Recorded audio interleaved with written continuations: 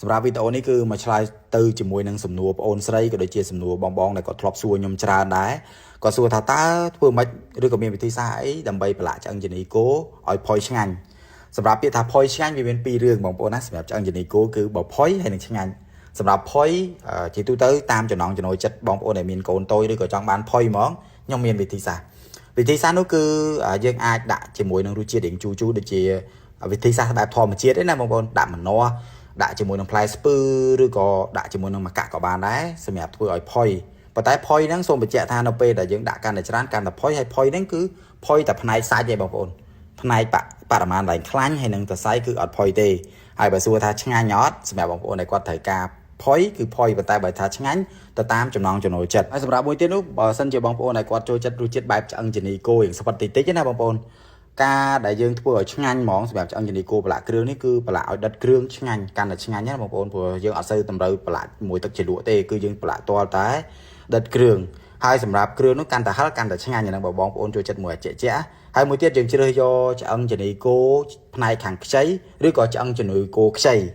ឆ្អឹងជំនីគោខ្ចីនេះសំដៅលើឆ្អឹងជំនីគោរៀងតូចទេណាបងប្អូនហើយបើសិនជាបងប្អូនដែលគាត់ចូលចិត្តអត់បកមកតង់ទៀតរៀងសាច់ច្រើនបងប្អូនគួរតែកាប់តូចកន្លែងសាច់ហ្នឹងជ្រៀកផងហើយមួយទៀតគឺយើងដំបងប្អូនណាបើមានពេលយើងដំតូកតិចទៅដើម្បីឲ្យចូលគ្រឿងផងហើយធ្វើឲ្យវាផុយផងនេះគឺជាទម្លាប់ដែលខ្ញុំតែងតែអនុវត្តបងប្អូនហើយសម្រាប់ការដែលអាំងឆ្អឹងជំនីគោឲ្យឆ្ងាញ់សម្រាប់ការធ្វើឲ្យឆ្អឹងជំនីគោដែលយើងញ៉ាំទៅមានរសជាតិមួយកម្រិតទៀតគឺការប្រឡាក់គ្រឿងហ្នឹងហើយយើងអាំង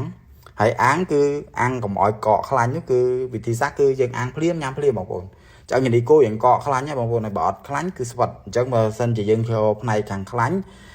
រៀងខ្លាញ់តិចគឺយើងអាំងបដាញ៉ាំបដាហើយយើងយកកបាត់រៀងឈៀកទៅកន្លែងណាដែលសាច់រៀងក្រាស់យើងឈៀកញ៉ាំបងប្អូននេះគឺជាវិធីសាស្ត្រមួយដែលខ្ញុំតែងតែអនុវត្តឲ្យបងប្អូនអាចសាកល្បងបានហើយបើសិនជាចង់ថាផុយហ្មងខ្ញុំធ្លាប់ធ្វើដែរផុយបងប្អូនដុតនេះ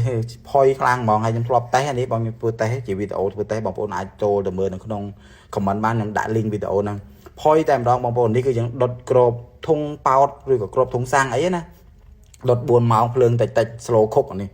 គឺធ្វើឲ្យភ្លើងរបស់យើងហើយនឹងសាច់ហ្នឹងគឺចូលគ្រឿងបងនេះចូលគ្រឿងឲ្យផុយខ្លាំងមែនតើហើយនេះគឺជាបែបផុយប៉ុន្តែសួរថាឆ្ងាញ់អត់មិនឆ្ងាញ់ទេបងប្អូនសូមបញ្ជាក់ថាមិនឆ្ងាញ់ខ្លាំងដូចយើងអាំងទេហើយសម្រាប់វីដេអូមានតែប៉ុណ្្នឹងទេបងប្អូនអាចសាកល្បងឬក៏មានវិធីសាស្ត្រណាជាទម្លាប់បងប្អូនតែងតែអនុវត្តជួយចែកម្លែកនៅក្នុង comment ផងសម្រាប់វីដេអូមានតែប៉ុណ្្នឹងទេបើសិនជាចូលចិត្តឲ្យបេះដូងម្នាក់មួយឬក៏បងប្អូនអាច like share វីដេអូនេះក៏បានអរគុណច្រើនជួបគ្នានៅវីដេអូក្រោយ